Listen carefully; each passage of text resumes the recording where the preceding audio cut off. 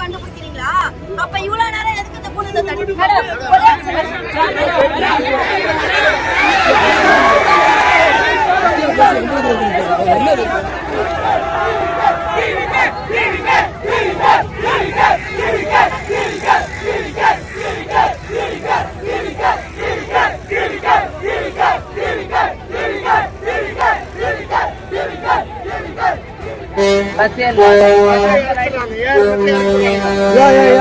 இறக்கி விட்டாங்க?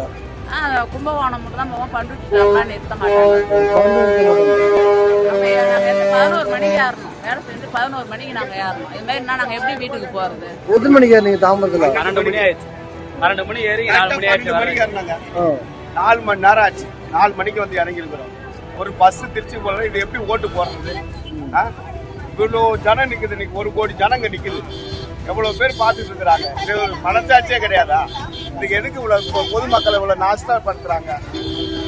சொல்லுங்க சார்.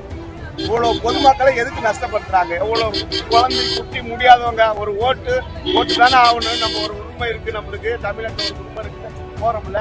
அதுக்கு ஒரு பொதுமக்களுக்கு என்ன பாதுகாப்பு இருக்கு? ஒரு போலீஸ் அதிகாரி என்ன ஒண்ணுமே கிடையாது. அவங்கவுங்க மட்டும் அவங்கவுங்க நிக்கிறாங்க.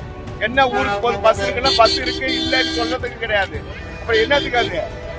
ஒரு பஸ் கூட வரல திருச்சி. ஒரு பஸ் கூட கிடையாது திருச்சிக்கு.